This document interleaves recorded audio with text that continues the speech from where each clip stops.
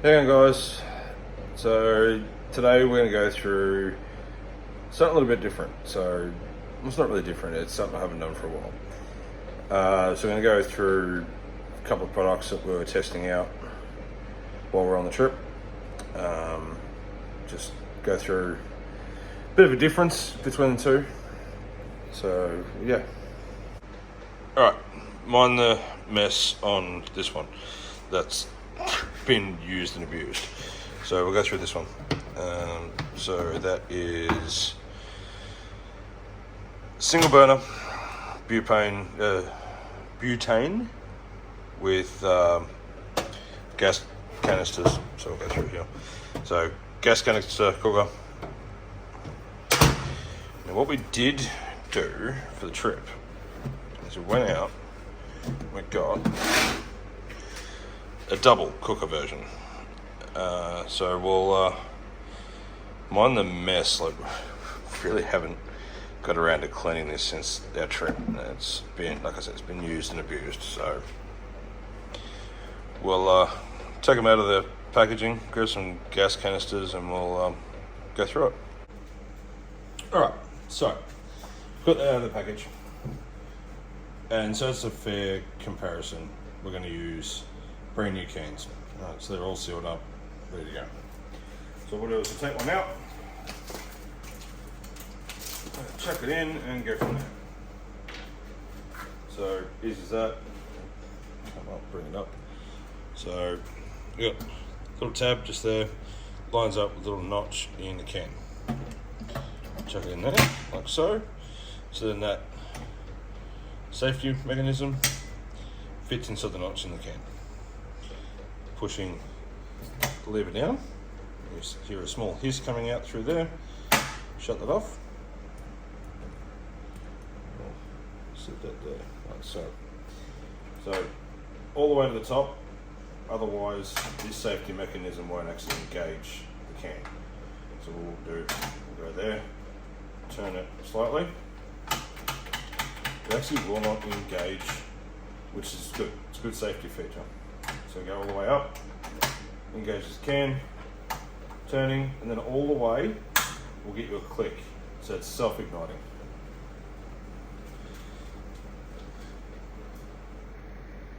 So looking at the burner itself, so look, I'll put a rating in here as to what it's rated for. Now I have got ceiling fan running in here at the moment, just because it's a bit hot today. Now, I'm not sure if you can see it, but the flames are getting affected by that ceiling fan. Now that's pushing it away from the camera. So the flame's actually being pushed ever so slightly towards the wall over here. Alright, so that is impacting the burner's ability. Now look, for when you're camping, stuff like that, it's not so bad. If you've got no wind, no nothing, it's great. It's good for what it does. Now I have noticed. Now we use a windshield on the single burner, so that does help with the issue of wind. Right. Now we only got a cheap aluminium windshield, and it does the job for a single burner, so that's good. But if you upgrade to a double burner, you're going to either get two and join them together, or you're going to have to get the extra large one, which will take up a lot of space. So yeah, that's that one. So what I'll do is I'll put the camera down, I'll grab a frying pan, and we'll go through dimensions. Alright, so we'll start off with this. So small little 3-piece set, and it's good for us as a couple, or even as 2 adults, 2 small kids. It's great. So we'll grab the basically small frying pan. Measures 17 centimeters across.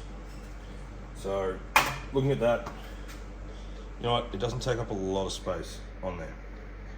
So we'll quickly measure up this. So from what I can see, the cooking surface itself is about 28 centimeters. That's, there's a little nodule.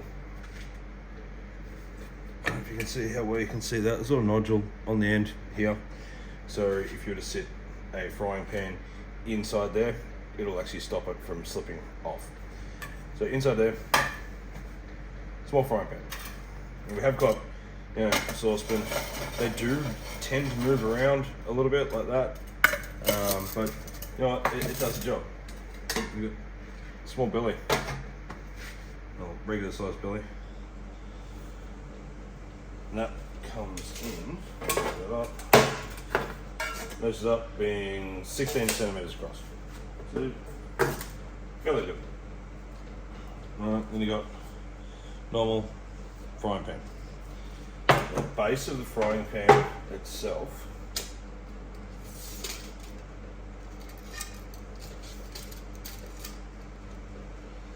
is 28 centimeters. So sitting inside there, it's perfectly fine. It does, it does move around a little bit. That little lip doesn't tend to stop it too much, but it's enough that if you're on a slight decline, it'll actually stop it from sliding completely off. So that's good. It does the job for what we do. Now that being a single burner,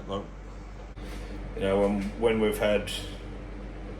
cooking at camp, if we're using 2 burners, we have to literally finish cooking on one and then start on the next one. So this double burner had come in handy for being able to cook everything at once. So what we'll do is we'll pack up this one and grab out the double burner. Alright, so bit of a size comparison. Now this single burner going long ways across measures in at about 37 centimeters across, including the dial, I'd say about 29 centimeters, and top to bottom, you'd be looking at about 13 centimeters, roughly. Now, you can see the difference between the two, so obviously, I'll try and get a better comparison. It's roughly around about half the size, roughly. So you can see inside here is where the difference would be. So screw in the center of this one would be the absolute center of that, with a little bit of overhang sitting over the edge there. This one actually is hanging over this side slightly, so it's a little bit bigger. I'm going to say it's probably 3.5-4 centimeters longer overall. If you were to put 2 side by side, wouldn't recommend that, given the fact that gas canister on this side, and if you were to put another one next to it, your gas canister should be right there. So we'll go through this double burner now. So double burner overall, we're looking at, measuring tape out again. So double burner, end to end, you're looking at 68 centimeters across. So including the switch dial for that, you're looking at 29 centimeters. And about 12.5 centimeters tall. Alright, so it's pretty close to what the other one was. So same deal again, safety switch, a little bit different setup on this one, it's a different brand. So grab it, push down. This one doesn't have the little levery type switch like the previous one, it's got a solid fixed piece. Closing it up, same deal again, turn it all the way, self ignites. Now I have noticed a big difference with this one compared to the other one. So looking at the center holes, we can actually see the flames coming out through there. It is wind affected like the previous one, but not as much. Alright, so we'll come zoom out. Now on the other one, it doesn't actually have those center holes, so the heat is, you know, just around the outside edge. Whereas with this one, you get that center, allows that heat to come up through the bottom as well, a lot better. So what we'll do, that's the same can used in the previous test. Alright, so we'll shut that off. The wrong way. So that was the wrong way of me shutting it off. I just disconnected the can altogether. So turning off, disconnecting. Don't do as I did because that was completely wrong way. So we will get our measuring tape again to measure out the difference. So point to point, you're looking at 28.5 centimeters, which is about the same. So the little indentations here would be for a wire support that would sit on top. So with this one, it actually does go all the way to the very end of here. So whereas the other one stopped probably halfway.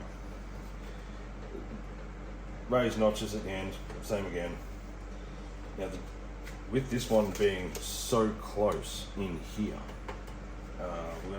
we'll see. So let's just say we've got Billy there and frying pan there.